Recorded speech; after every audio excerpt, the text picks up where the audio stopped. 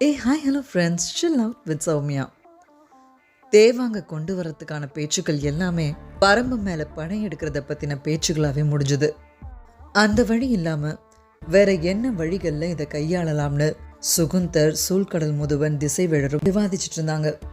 பாரி இவ்விலங்கை வைத்து என்ன செய்ய போகிறான்? 4 ஆண்டுகளுக்கு ஒரு முறை கோடையிலிருந்து பழம் பொறுக்கத்தான் பயன்படுத்துவான் என்றால் அது எவ்வளவு பெரிய அறியாமை!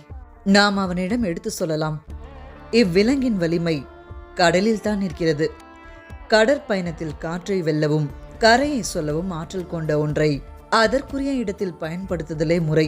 இதனை உரியவர் மூலம் பாரிடம் சொல்ல வைப்போம்னு சுகுந்தர் சொன்னார். உரியவர் என்றால் யாருன்னு கேள்வி வர, வழக்கம் போல அரசு அமைச்சர்களை அனுப்பாமல் பாரி பெரிதும் மதிக்கின்ற மனிதர்களை அனுப்பி வைப்போம்னு சொன்னாரு. நீங்கள் யாரை சொல்கிறீர்கள்னு கேட்டதும், கபிலர் போன்ற பெரும் புலவர்களை அனுப்பி பேச சொல்லலாம் என்கிறேன்னு சொல்ல, பெரும் புலவர் கபிலர் எங்கிருக்கிறார் என்றே தெரியவில்லை. திருமணத்துக்கே இன்னும் வந்து சேரவில்லையே, அவரை எங்கே போய் தேடுவதென்ற சந்தேகம் எழும்ப, அது ஒன்றும் கடினமான செயல் அல்ல. நாம் நினைத்தால் அவரை கண்டறிந்து விடலாம்னு சுகுந்தர் சொன்னார். ஆனால் அதற்கு மாத கணக்கில் ஆகும். அதுவரை பொறுத்திருக்க முடியுமான்னு அவங்களுக்குள்ள பேச்சுவார்த்தை போக, அந்த பேச்சுடைய போக்கே புதிய விற்பனுக்கு பிடிக்கல. படைகளை திரட்டுறதும் பகைவரை அழிக்கிறதையும் செஞ்சுதான் நம்ம முன்னோர்கள் இந்த பேரரசை கட்டி எழுப்பியிருக்காங்க. நம்மளும் அந்த வழியில தான் போகணும்னு புதிய விற்பன் கொந்தளிக்க, பேரரசர் குலசேகர பாண்டியன் அது எதையும் பெருசா எடுத்துக்கல. அவருடைய பெரிய ஆற்றலே தன்னை சுத்தி இருக்கிறவங்க யார் எவ்வளவு வலியுறுத்தி என்ன சொன்னாலும் அதுக்குள்ள இருக்கிற உண்மைத்தன்மையை கண்டறிகிறது தான். புதிய விற்பன் எவ்வளோ சீண்டினாலும் குலசேகர பாண்டியனுடைய எண்ண ஓட்டம் தெளிவா இருந்துச்சு. திருமண விழா கொண்டாட்டங்கள் பெருகினபடி இருக்கு. மணவிழாவுடைய முக்கிய நிகழ்வான மலரணிதல் சடங்கு இன்னும் சில நாழிகைகள்ல நடக்க இருக்கு. ஆனா நம்ம மனநிலையோ வேற ஒன்னா இருக்கு. இது ஒரு அரிய வாய்ப்பு. கடல் வணிகத்துல பிற பேரரசுகளை வெல்வது மட்டுமல்ல, யவனர்களையே நம்மளை கண்டு மிரள செய்யலாம். கிழக்கு கடலையும் மேற்கு கடலையும் நம்மளுடைய கப்பல்களாலும் இதை மற்றவங்களுக்கு தெரியாம செய்யறதே சிறந்தது. போர்லாம் தொடுத்தா இது வெளியே தெரிஞ்சிடும். அது மட்டும் இல்ல, அதனுடைய அழிவுல அந்த விலங்கினம் கூட அழிந்து போற ஆபத்து இருக்கு. அதனால கொஞ்சம் நிதானமா சிந்திச்சுதான் முடிவெடுக்கணும்னு நினைச்சுக்கிட்டார் குலசேகர பாண்டியன். வெங்கல் நாட்டு சிறுகுடி மன்னன் மயூர் கிழார் வர வரைக்கும் முடிவெடுக்கிறத தள்ளி போட்டார். 6 நாட்களுக்கு அப்புறம் மயூர் கிழாரும் வந்து சேர்ந்தார்.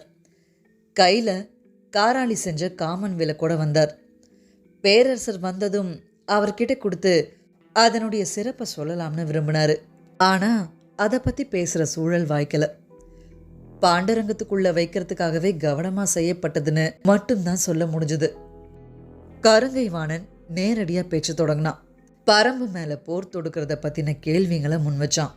மயூர் கிழாருக்கு இது எதிர்பார்க்காத கேள்வியா இருந்துச்சு. பாண்டிய நாட்டுடைய கடைசி எல்லை வெங்கல் நாடு. அதை அடுத்து பச்சை மலை தொடர் தொடங்குது. அதனால வெங்கல் நாடு தான். அப்படி ஒரு போர் நடந்தா அதுக்கு முக்கிய பங்காற்ற வேண்டியிருக்கும். அதனால அந்த சூழல் என்னன்னு பிடிபடவே மயூர் கிழாருக்கு கொஞ்ச நேரம் எடுத்துச்சு. போருக்கான தேவை இப்ப என்ன வந்துச்சுன்னு தெரிஞ்சுக்கிறது நமக்கு தேவையில்லை.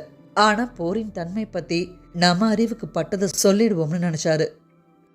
தளபதி கருங்கைவாணன் கேட்டான், பரம்பு நாட்டில் மொத்தம் எத்தனை ஊர்கள் உள்ளனன்னு? 400க்கும் மேல் இருக்கும் என்று நினைக்கிறேன்னு சொல்ல, மலையில் அமைந்துள்ள ஊரின் பரப்பும் மக்களின் எண்ணிக்கையும் மிக குறுகிய அளவு தானே இருக்கும்னு கேட்டான் கருங்கைவாணன். ஆம்னு பதில் சொன்னார். உடனே பாண்டிய பேரரசின் நிலைப்படையின் எண்ணிக்கையில் பாதி கூட பரம்பு நாட்டு மக்களின் எண்ணிக்கை இருக்காதுன்னு கருங்கைவாணன் பதில் கொடுக்க, ஒரு சின்ன சிறுமலோட மயூர் கிழார் பேச தொடங்கினார். நான் நேற்று வந்ததிலிருந்து பலவற்றையும் தெரிந்து கொண்டேன். என் மகன் இளமருதன் சற்றே பதற்றத்தில் இருந்தான். விசாரித்ததில் ஆளுக்கொன்றாய் சொன்னார்கள். ஆனால் அவர்கள் சொன்னதற்கும் உள்ளே நடக்கும் நிகழ்வுக்கும் எந்த தொடர்பும் இல்லை என்று முதலில் தோன்றியது.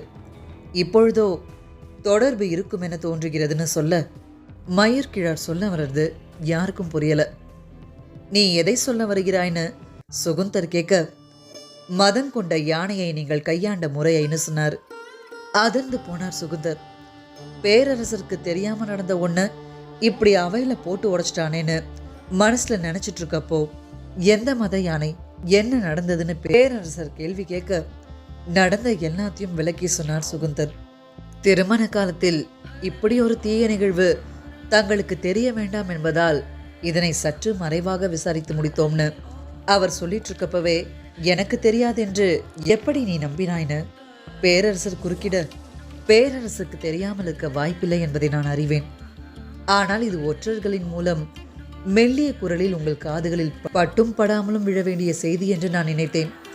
அதனால் தான் நான் உங்களிடம் தெரிவிக்கவில்லைன்னு சுகுந்தர் சொல்லி முடிச்சார்.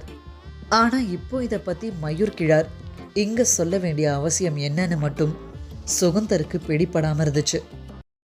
மயூர் கிழார் கேட்டார், எத்தனை வீரர்கள் கொண்டு அந்த மத யானையை மறிக்க செய்தீர்கள்னு. வீரர்கள் எண்ணற்றோர் முன்னும் பின்னுமாக ஆயுதங்களோடு சென்றனர். ஆனால் யாராலும் நெருங்க முடியவில்லை. அல்லங்கீரன் யானைகளின் குணங்களை கண்டறிவதில் தேர்ந்தவன். அவன்தான் இதற்கெனவே பயிற்சி பெற்ற 4 யானைகளை கொண்டு மோதி அதனை வீழ்த்தினான்னு சுகுந்தர் பதில் சொன்னார். அதுக்கப்புறம் மயூர் கிழார் சொன்னார், எங்களின் வெங்கல் நாட்டில் நடந்த நிகழ்வொன்று. அப்பொழுது நான் இளைஞனாக இருந்தேன். எனது தந்தை தான் ஆட்சி நடத்தினார். நாட்டின் தலைநகர் இப்பொழுது இருக்கும் இடத்தில் கிடையாது, பச்சை மலையின் அடிவாரத்தில் இருந்தது. ஓர் அதிகாலையில் அரண்மனையின் பக்கத்தில் இருந்த சித்தூரிலிருந்து பெரும் கூச்சல் கேட்டது. என்னவென்று பார்க்க போன வீரர்கள் பதறி அடித்து ஓடி வந்தனர். மதயானை ஒன்று ஊருக்குள் புகுந்து விட்டது. கட்டடங்களை முட்டி சாய்க்கவும் மரங்களை பிடுங்கி எறிந்து கொண்டும் இருக்கிறது என்றனர். தந்தை உடனே வீரர்களை அழைத்து கொண்டு அவ்விடம் சென்றார். நானும் உடன் சென்றேன். அந்த யானையின் உயரமும் ஆவேசமும் இன்னும் என் மனக்கண்ணை விட்டு அகலவில்லை.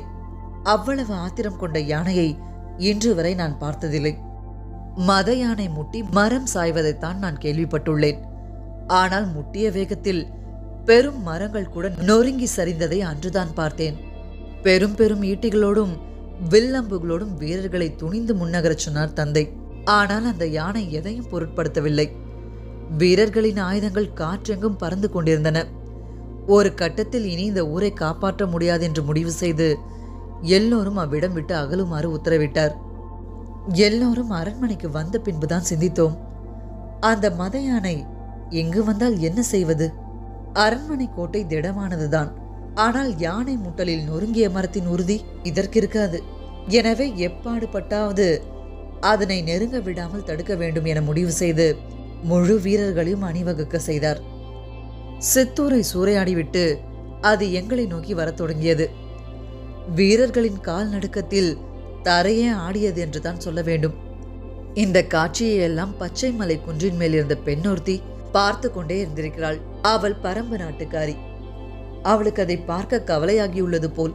எங்கோ மக்கள் கூட்டம் அதிகம், இழப்பு அதிகமாகிவிடும் என்று முடிவு செய்து அவள் வேக வேகமாக குன்றினை விட்டு கீழே இறங்கியிருக்கிறாள். எங்களின் கண்களுக்கு எதிரே நிலம் நடுங்க பிளறியபடி யானை வந்து கொண்டிருந்தது. நாங்கள் உருவாக்கிய தடுப்புகள் காற்றில் பறந்து கொண்டிருந்தன. எத்தனை வீரர்கள் தூக்கி வீசப்பட்டார்கள் என்று தெரியவில்லை. வீடுகள் எல்லாம் இடிந்து சரிந்து நொறுங்கிக் கொண்டிருந்தன. அதன் பின் எங்களின் அச்சம் பல மடங்கு அதிகமானது. அதன் வேகத்துக்கு ஈடு கொடுக்கக்கூடிய வலிமை இங்குள்ள எந்த கட்டுமானத்துக்கும் இல்லை என்பதை எல்லோரும் உணர்ந்தோம். ஆனாலும் அரண்மனைக்குள் அண்டுவதை தவிர வேறு வழியில்லை. நான் கோட்டையின் மேலேறி தந்தையின் அருகில் நின்று பார்த்தேன். அது வேகமாக கோட்டையை நோக்கி வந்து கொண்டிருந்தது. அப்பொழுதுதான் இடப்புற மலை அடிவாரத்திலிருந்து ஒரு பெண் கோட்டையை நோக்கி வருவதை பார்த்தேன். மத யானை ஒன்று எதிர் திசையில் வந்து கொண்டிருக்கிறது. அதனை அறியாது பெண் ஒருத்தி வந்து கொண்டிருக்கிறாளே என்று பதறினேன். அவளோ எதனையும் பொருட்படுத்தாமல் வந்து கொண்டிருந்தாள். தனது குழந்தையை பின்புறம் முதுகோடு சேர்த்து மேல் துணியால் கட்டியிருந்ததும் தெரிந்தது. மத யானை நெருங்கி வர வர என்ன நடக்கப் போகிறதோ என்ற அச்சத்தால் நாங்கள் உறைந்து போயிருந்தோம். ஆனால் எவ்வித அச்ச உணர்வும் இன்றி அவள் எதிரில் நடந்து வந்து கொண்டிருந்தாள். அவள் கையில் ஏதோ ஒரு செடி ஒன்றை வைத்திருப்பது மட்டும் தொலைவில் இருந்து பார்க்கும் பொழுது தெரிந்தது. அவள் அரண்மனை வாசல் நோக்கி உதவி கேட்டு வருகிறாள் என்றுதான் முதலில் நினைத்தேன். அவளும் மத யானை வந்து கொண்டிருக்கும் திசை நோக்கி போனாள். மேலே இருந்து பார்த்து கொண்டிருந்த எங்களால் அக்காட்சியை நம்பவே முடியவில்லை. என்ன ஆனது இந்த பெண்ணுக்கு?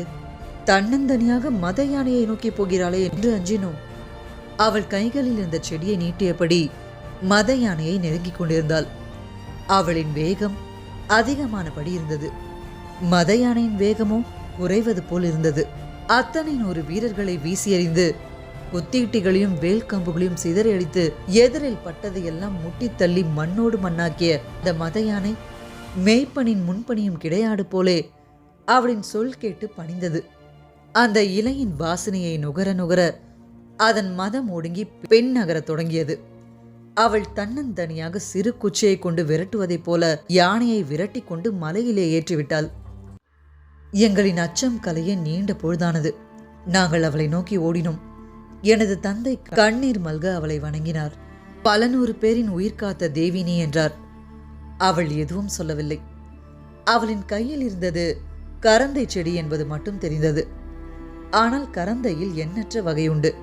அது எந்த வகை கரந்தை என்பது இன்று வரை எனக்கு தெரியவில்லை. அந்த சூழலில் அவளிடம் அதனை கேட்கவும் முடியாது. கேட்டாலும் பரம்பின் மக்கள் பகிர்ந்து கொள்ள மாட்டார்கள் என்பது தெரியும்.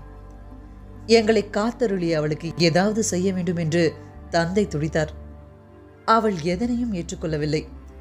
எங்களின் உயிரை காப்பாற்றிய அவளின் காலடியில் பணிந்து பரம்புக்கும் பரம்பின் மக்களுக்கும் எதிராக சிறு தீங்கும் நாங்கள் என்றும் செய்ய மாட்டோம் என்று என் தந்தை வாக்களித்தார்னு மயூர் கிழார் அந்த கதையை சொல்லி முடிச்சார். மயூர் கிழார் சொன்ன கதையை அவை கவனமா கேட்டது. போருக்கான கருத்தை கேட்டா நான் கருத்தை மட்டும்தான் சொல்ல முடியும், அதுல பங்கெடுத்துக்க முடியாதுன்றத எவ்வளவு அழுத்தமா சொல்லியிருக்காருன்னு புரிஞ்சுக்கிட்டாங்க. அவை ஏன் அமைதியா இருக்க, கருங்கை வாணன் மட்டும் போரிலே பங்கெடுக்க மாட்டேன் என்பதை சொல்லத்தான் இங்கு வந்தீர்களான்னு கேட்டான். இல்லை, அதற்கு இவ்வளவு விரிவான கதையை நான் சொல்ல வேண்டியதில்லை. என் தந்தை அளித்த வாக்குறுதியை மட்டும் சொன்னாலே போதுமேனு மயூர் கிழார் சொல்ல, வேறென்ன சொல்ல வந்தீர்கள்னு கேட்டான். நீங்கள் சொன்ன கணக்கு தவறானது என்று சொல்ல வந்தேன்னு சொன்னாரு. அவர் சொல்றது தளபதிக்கு மட்டும் இல்ல, அங்கிருந்த யாருக்குமே புரியல. விளக்கமா சொல்லுங்கன்னு கேட்டாங்க. ஒரு பேரரசுக்கு மதம் கொண்ட யானையை அடக்க பல நூறு வீரர்களும் பயிற்சி கொண்ட 4 யானைகளும் காலமெல்லாம் யானைப்படையில் பணியாற்றிய கட்டுத்தறியின் பொறுப்பாளனும் தேவைப்பட்டுள்ளனர். ஆனால் பரம்பின் மக்களுக்கு அப்படியல்ல. ஒரு பெண்ணும் கையில் ஒரு செடியும் இருந்தால் போதுமானதாக இருக்கிறது. அவள் ஒருத்தி நீங்கள் சொல்லும் எத்தனை 100 வீரர்களுக்கு சமம் என்றால் பரம்பில் இருக்கும் மக்களையும் செடி கொடிகளையும் கணக்கிட்டு நம் பேரரசில் இருக்கும் நிலைப்படை வீரர்களின் எண்ணிக்கையை சொல்லுங்கள் பார்ப்போம். மயூர் கிழார் எழுப்பின கேள்வியை கேட்டு அவை முழுக்க துடிப்படங்கி ஒடுங்கியதுச்சு. மற்ற நாடுகளின் ஆற்றல் அங்குள்ள வீரர்களை பொறுத்தது. ஆனால் பரம்பின் ஆற்றல் மனிதர்களை மட்டும் சார்ந்ததல்ல.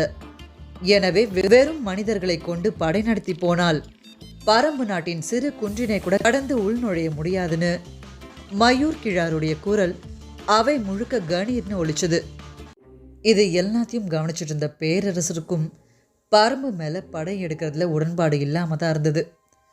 அவர் என்னப்படியே பேச்சுவார்த்தையும் போக சட்டுன்னு எழுந்தாரு. எல்லாரும் பதறி எழுந்தாங்க.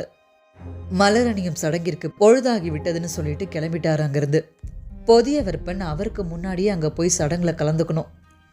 ஆனா இந்த உரையாடல அப்படியே விட்டுட்டு போக மனசில்ல. வேற வழி இல்லாம புறப்பட்டு போனான். அங்க பொர்சுவையும் அப்படிதான் வேற வழி இல்லாம தான் வந்து காத்துட்டு இருந்தா. சடங்கு முடிய இரவாச்சு. அந்த இரவுக்கு மேல வந்து தளபதி சந்திச்சு பேசினான். நள்ளிரவு வர பேசிட்டு இருந்தாங்க. முற்றிலும் பொது திட்டத்தை தளபதி கொண்டு வந்திருந்தான். அது வரைக்கும் பேரரசருக்கு இல்லாத ஒரு நம்பிக்கைய அந்த திட்டம் கொடுத்துச்சு. சரின்னு அந்த திட்டத்துக்கான அனுமதியை வழங்கினார் மன்னர். தேவாங்க கொண்டு வர வழி இல்லாம போயிடுமோன்ற தவிப்பு நீங்கி மகிழ்வோட தன்னுடைய பள்ளியறைக்குள்ள நுழைஞ்சார். அதை விட பல மடங்கு மகிழ்ச்சியோட புறப்பட்டு போனான் கருங்கைவாணன்.